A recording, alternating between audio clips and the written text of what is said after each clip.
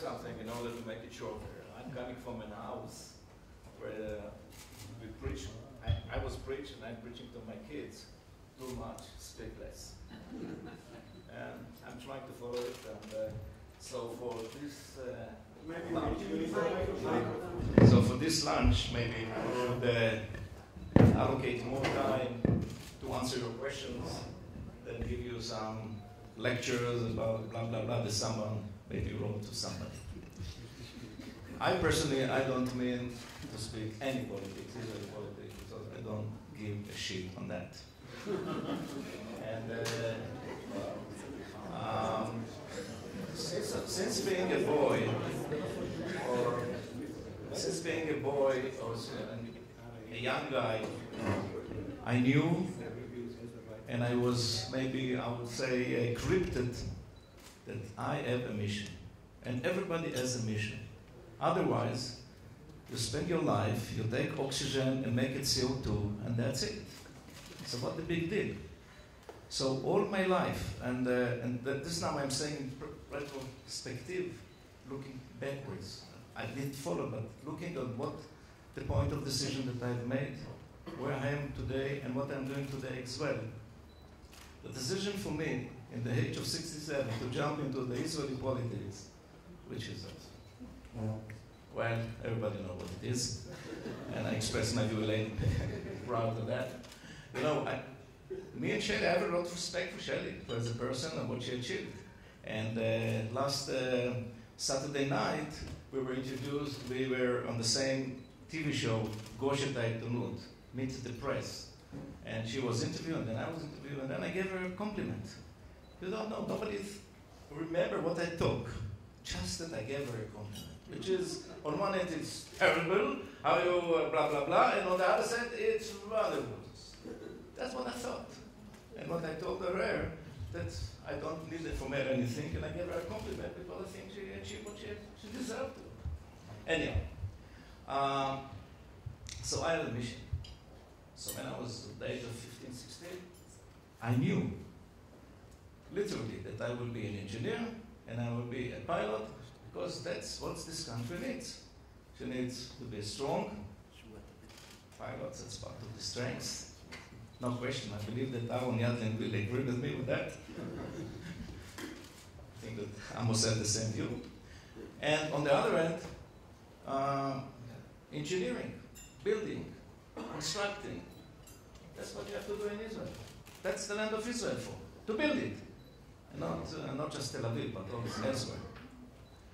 So I didn't know if I would be first pilot, then engineer, blah, blah, blah, but anyhow, I've been first pilot and then an engineer. And at a certain point of time, I decided that though I could have become a general in the Air Force, brigadier general at that point of time, I decided to leave and to jump into Cytex. And at that point of time, my father couldn't understand me. It was maybe one of the few times that he didn't speak to me about 3 or 4 months. Because I think that I replaced the flag, the national flag, into the dollar flag.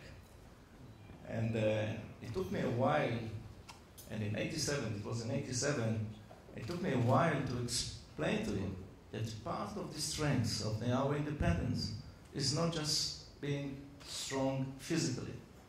We have to build strong economy, and later on, the next step of mine is the Jewish education. And I'll speak for that a little bit later.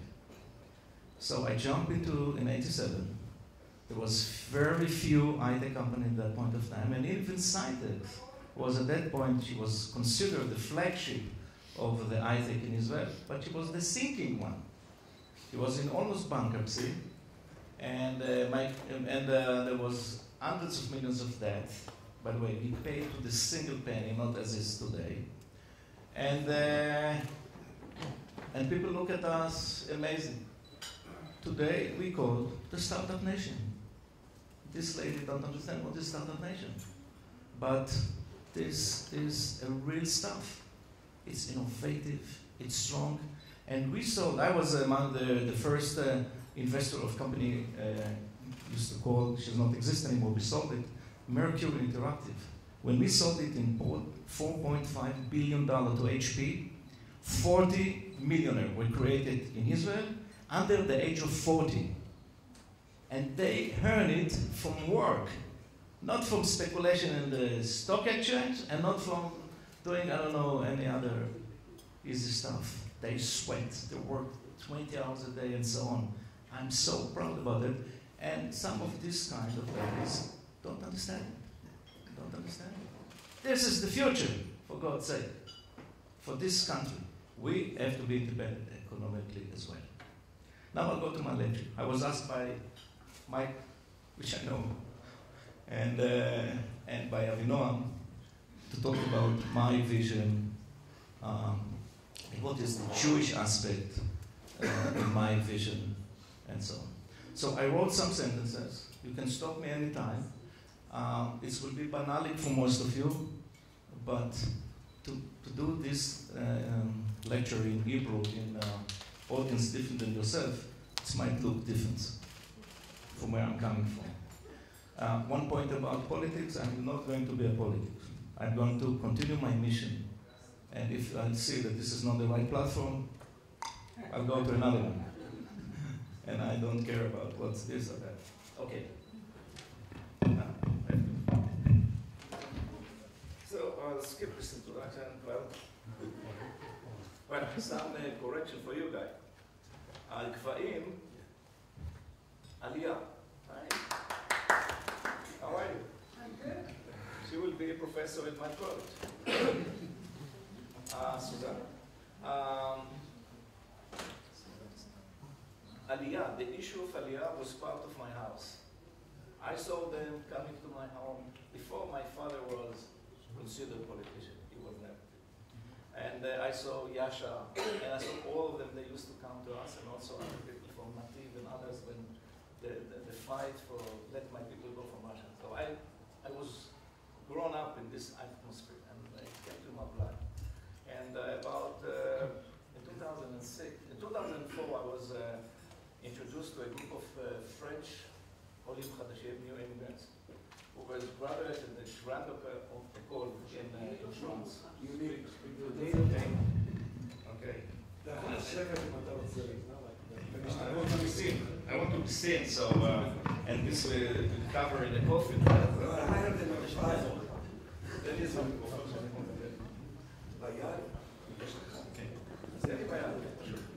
Okay. And they were already, at that point of time, they were wandering in Israel and they couldn't find a job, a decent job. From this point, I look at their CV. Okay. I interviewed all of them. It was 23 guys, and I said, these guys, no way that they will not find a job. Of course, 20 from them are very well jobs today in Israel. So it took me a while. I understood what should be done. I raised some money, not much. I think 100,000 or so, but half of it was mine. And then we established an organization called Kvaim. It's a non-profit organization. Today we have 7,000 new immigrants which are already in Israel. We call them high talent, meaning they were graduated Harvard, Yale, Princeton, top schools on earth, between the age of 28 to 38. Most of them are singles, non-religious, and we are finding for them jobs.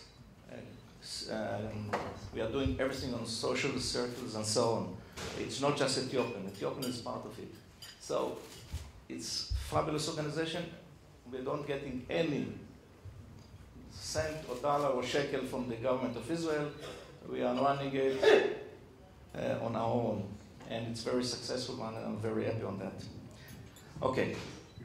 So this is Aliyah. You want to think, but this is not the subject today. Say again? Oh. Okay. All my work during my adult life have been done under, and I simply devoted myself to a simple mission, to secure the long existence of Israel as a free, independent, and democratic Jewish state. The phrase Jewish state means to me, it's the homeland of all Jews around the globe. And it has been, or if you like, as it's in the Balfour Declaration, the national house of the Jewish people in Eretz Israel. The struggle for Israel is composed of two layers. One is the physical one, and one is the spiritual one, which I'm calling Israel's soul. In 70 AD, when Jerusalem was under the Roman siege, and when it was increasingly clear that the era of the Jewish sovereignty in the city and in the whole country is about to end, Rabban Yochanan ben Zakkai decided to focus not on the battle against the Romans, but to preserve the Judaism greatness by establishing a spiritual center of Yavne. This act of Rabban Yochanan ben Zakkai, preserved Judaism and the Jewish people. This is a great lesson to be learned. The linkage between the physical existence and the spiritual one of our people, in my opinion, this is the secret of our existence. For so many years, thousands of years of very difficult ones. When you read the history, you don't believe that we survived that. Today, Jerusalem, thanks God, is not about to be physically destroyed, though there are a lot of threats to do so. And the state of Israel is quite successful on many fronts, in innovation, technology, startup nation. Several Nobel Prize, growing economy, low unemployment, and potential source of money and funds from the gas and oil that we found in the Mediterranean.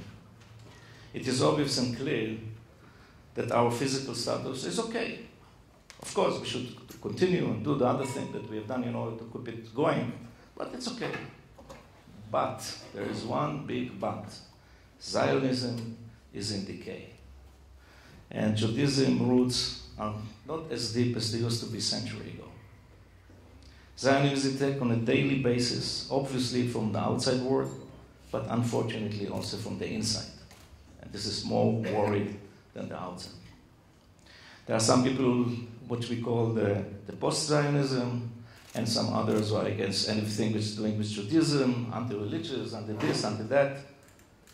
That's troubling me. These cultural and political activities done by Jewish scholars, writers, politicians, the media, and they're Israelis, all of them Israelis. I'm talking all about the Israelis. And all of them, they have one aim, to dismantle Israel's legal and moral standing as the state of the Jewish people in Eretz Israel. Add to the above the ignorance among Israelis and Jews abroad about our own people culture and beliefs. How many Israelis can speak articulately why a Jewish state is matter? How many Israeli religious citizens can speak meaningfully about the significance of democracy? How many of its scholar citizens can say something profound about what is the Jewish about the Jewish state? Conclusion: Jewish or spiritual existence is in danger. It seems as in the meantime we are losing the battle of the soul of Israel.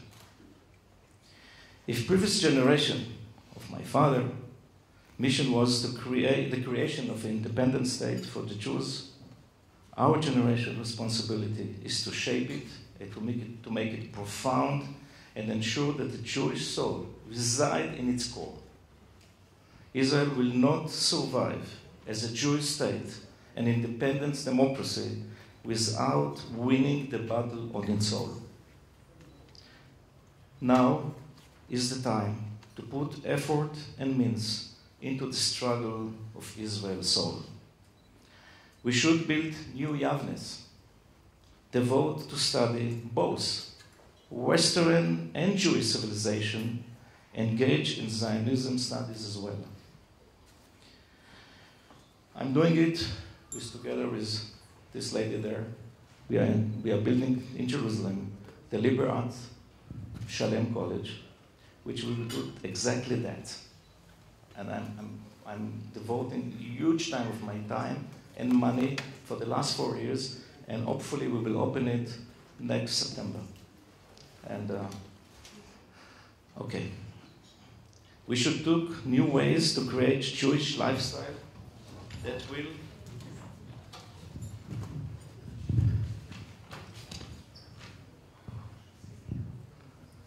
will fit larger portion of our society.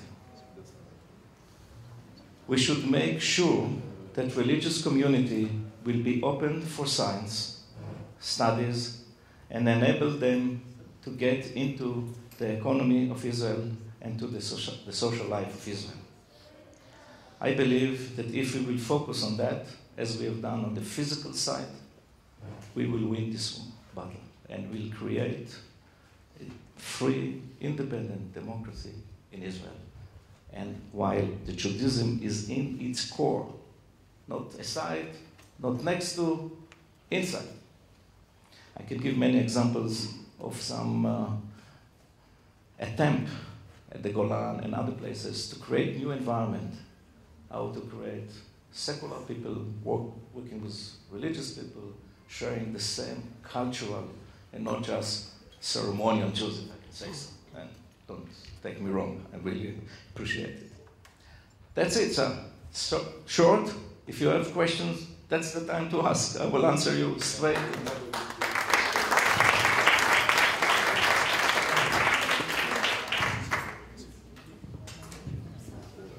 No question? So I will ask mine myself. Say again? We'll have time really for 2 questions because at 2:45 promptly we need to be in the working groups and you need to get lunch before. Start it. I will answer while you're eating. I don't care. And then I answer 15 questions. Go ahead. Who?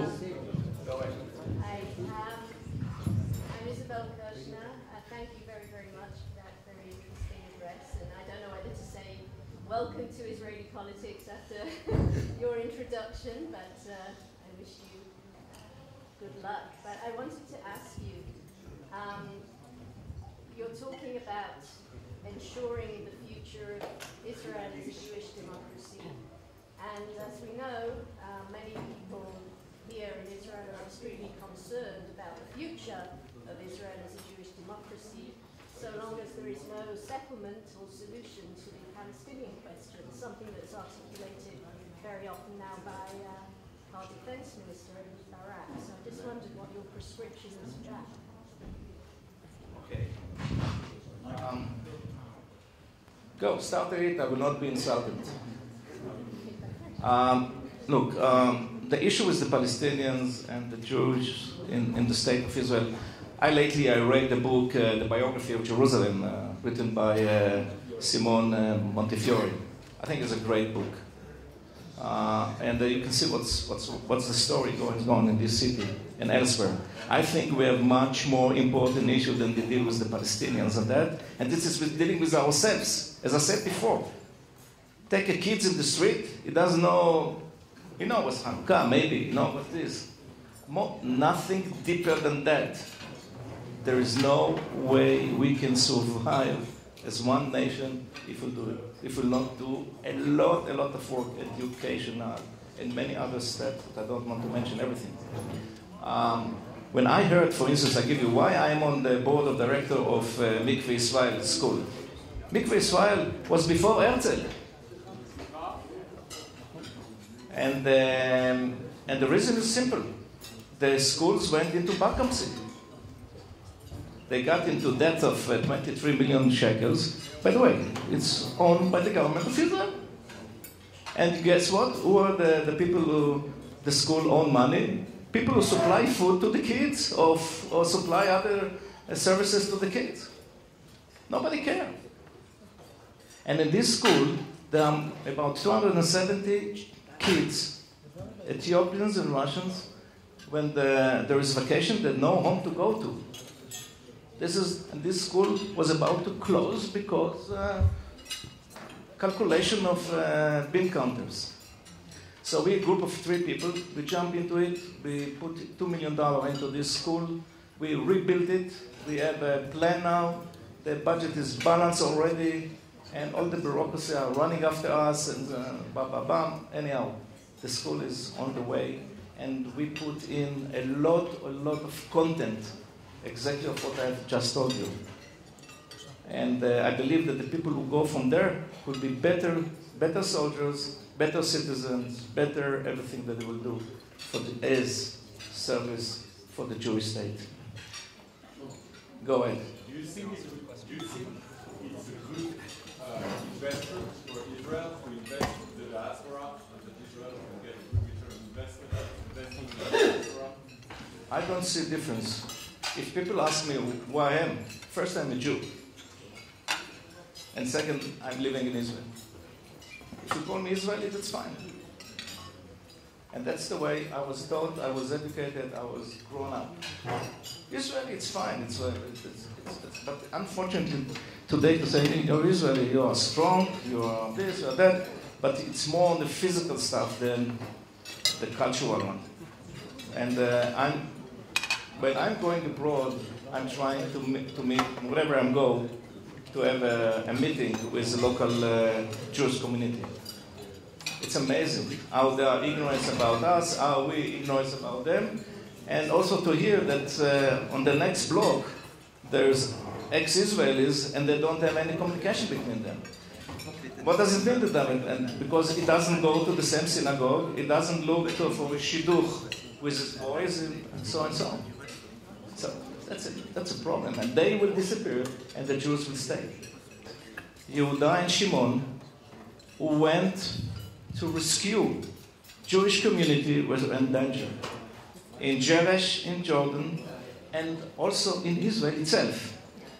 The Jews in Jaffa in 168 were gathered together. They were put in the port in ship and were drowned when all the city was looking at that. The next week, Yehuda Maccabi took his soldiers, gone for the whole night on Nachal Soek, slept on the dunes next to a city used to call Yavne Yam, and in the morning conquered the city and burned it. Took out, of course, the Jews out and burned it on its own. This story nobody tells. So we are responsible for that. Take the Antebe, take many other things. We feel responsible not just for investment, but also for the real security.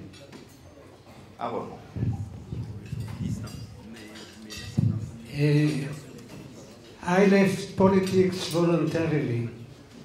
I resigned to go back to my kibbutz in the middle of the term of the Knesset. And I'm happy that you, people like you, entering politics. You spoke about your philanthropy assistance to Mikveh Israel.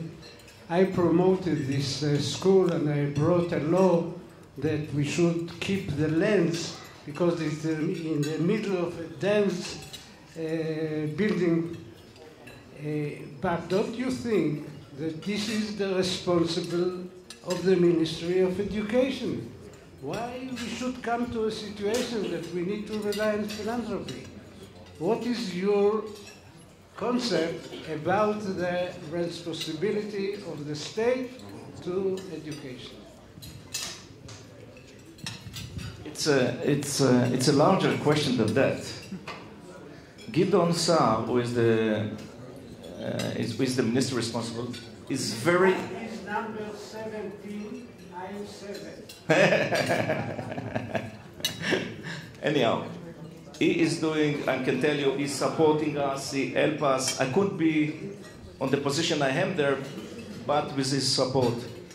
But the fact that he is part of a coalition, the bureaucracy, and the people who control the stuff, and part of the fact that you cannot change anything in the procedures of this administration, it's amazing. And you need strong people who say, I don't care, I'll go for it, I'll take some risk, and in the bureaucracy and in the administration. And I do believe, I've seen a lot of issues that the minister says something, and one of the club below him stop it. Not in the past, today. And this is a weak administration. So the combination of the Likud and Israel Beitenu might create a stronger government and might create stronger ministers. Many of them are afraid to move. The legal advisor say to him, you can't do that and you can't do that. You can't do this and you can't do this. It's amazing. We have to stop it. I don't care. Ask.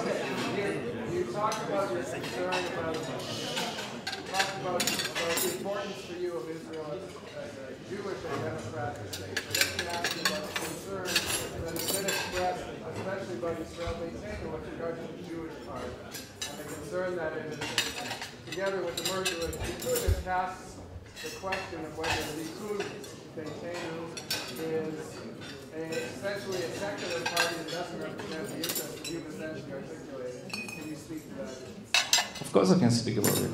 I don't know how many of you are aware of the fact that Mr. Lieberman, his wife is Haredit, his daughter is Haredit, and they are living in the same house. And he's living in Nokdim, which is in the, what you call, or you some people call the occupied area. And his vision about Judaism and so on is just what I expressed, exactly what I expressed. But what he's saying is the issue, the following issue. When a country like ourselves is a country who absorbs immigration, especially when millions are coming, we have to address some issues that related to huge immigration waves. Part of the people who came here were married to others, their Judaism is not clear. Fine. Some of these guys, their boys and their kids are serving in the army, the best units. We have to find a way to accept them, not to kick them out. By the way, in the day of Nehemiah, Ezra and Nehemiah, there was the same issue. When the people came back from the Bavel, they have the issue what to do. And they have done Giyur in big quantities, and they solved the issue.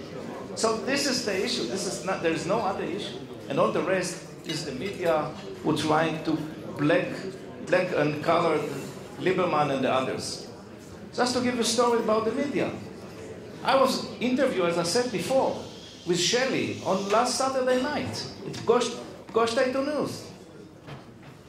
When I was driving back home, I got a lot of calls to my car. It was a great blah, blah, blah interview.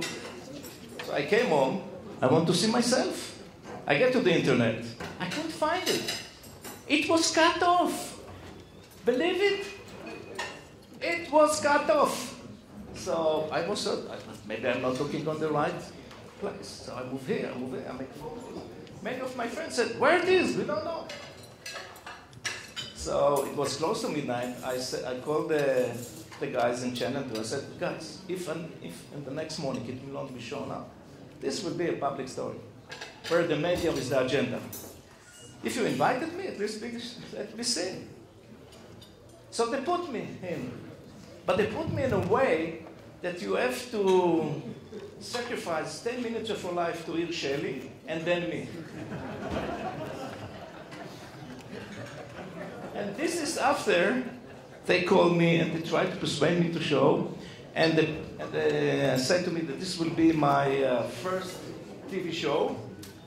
And this will be my introduction to the press.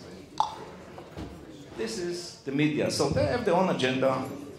They color it. And even today, if you go to the internet, you won't find it. Go ahead. Given your personal leadership journey and primarily transforming vision into reality, what would be your advice to leaders in diaspora on how do we cultivate, build future leaders? Jewish education and visiting Israel. Try to do business in Israel. Come here. And we should. I'm meeting so many Jews in New York, in California. Haven't been in Israel. They are 40, 50 years old. Never been in Israel. It's, of Of course, today there are a lot of plans, Taglit and many others. I'm aware of them. I'm trying to help them in any position that I can help them. Awareness of Israel. They have to understand that we are part of the same equation. If this place will not be a Jewish one and will be disappeared, I don't know what will be the future of the Jewish people and diaspora, and vice versa. If in the diaspora the Jews will be a small one, a small group, and not related to us or not committed to us, this country don't have a chance as well. So we are in the same boat. So you need everything. And it all happened that most of my business I'm doing with Jews. I feel more comfortable and for many aspects. But anyhow, I don't know. I'm trying to do what I can do.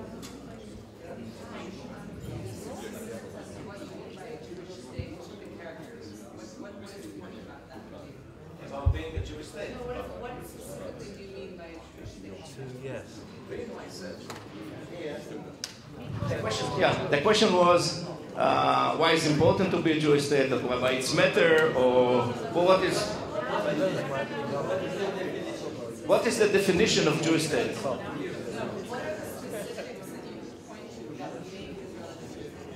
What is what? The specific? Look, I will not go into this. I will not go to the question who is a Jew. You know, me, who Yehudi, and then. But I'll give you one example, which is an easy one to me. And there is I'm a big supporter of the Golan High. It's part of Israel. It's been in the past, and it will be continued in the future. And even if the president of the state said that this was a Syrian one, if he would have bothered to open a history book, he would learn that it is more Jewish and Israeli than Syrians. I'll give you a story about Golan High, and I'll come back to this exact example. When the mandate was being given to the British Empire to deal with the Jewish people, the Golan High was part of this deposit that was given to this mandate. And then two gentlemen, one French and one English guy, negotiated between themselves. No, after that, no, Sykes-Picot was approved, and in Sykes-Picot, the Golan Heights is part of Palestine. One colonel, and French colonel, and I don't remember his name, and a British general. And at that point of time, they found that maybe there is oil in Mosul. So the trade area, they got, and Mosul was part of Syria. So the French took this and they gave the Golan Heights. And this was 1920 something, 27 maybe 25. So this is the part and it was never approved by any organization, international organization, never. So the Golan Heights is out. But anyhow, in the Golan Heights, just to come back to, there is one place called Natur, but there are some others, where a group of guys, many of them from the Yechida, from the unit, I don't know how to say it in English, Sayeret Matkal, whatever, decided to build a new style of life, Jewish style of life. So there are religious, non-religious, Masorati and others. But I said to them, okay, I've seen neighbors that can live together with good neighbors. I want to see the school. So I went to school. Every day, there is a prayer. You can get a kippah, you cannot get a kippah. There is the praise exactly. But immediately there is a lesson. What does it mean? This prayer that we have done. And they create some kind of in-between. Scholar, not secular and religious in the same school, the same schools. The kids knows exactly what the prayer are, what is the history, what does it mean, what is to be Jewish, what is Jewish life, and they are trying to follow up. What is kosher? Why is kosher? And should we do? We should don't do. And next step, we build the midrasha for people who are going pre-army. to get some, to strengthen them in Zionism and Judaism. We are not teaching them to become religious. We are not. That's what we are doing in this organization, and it came naturally from the people themselves. Now there are already 60 families that living there, building their house, with no help whatsoever from the government. And we are additional 100 families who are knocking on the doors. They want to become part of this, for this yeshuv. Natur, go and visit it. You will fall from your chair. It's a new style of life that Judaism is full in the house, and it became a little bit more modern. People can accept what they can accept, but it's real life. This is real life. And I want to, and this is good for this community, this can be good for others. So for me, I want the Jewish state, meaning majority is Jews, of course. The rules are according to the Jewish law, and everything that we are doing is for the future of our culture and religious belief.